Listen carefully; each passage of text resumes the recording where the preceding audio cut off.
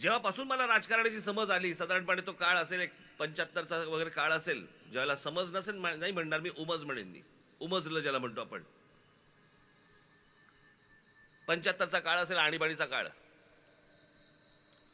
तेव्हापासून मी जे काही बघतोय किंवा त्याच्या अगोदरचं जे काही मी वाचलंय, 1947 साली ज्यावेळेला हा देश स्वतंत्र झाल्यानंतर पासूनची जी मी काही गोष्टी अनेक ज्या वाचल्या आहेत, तेव्हापासून सुरू आहे 370 कलम रद्द करा.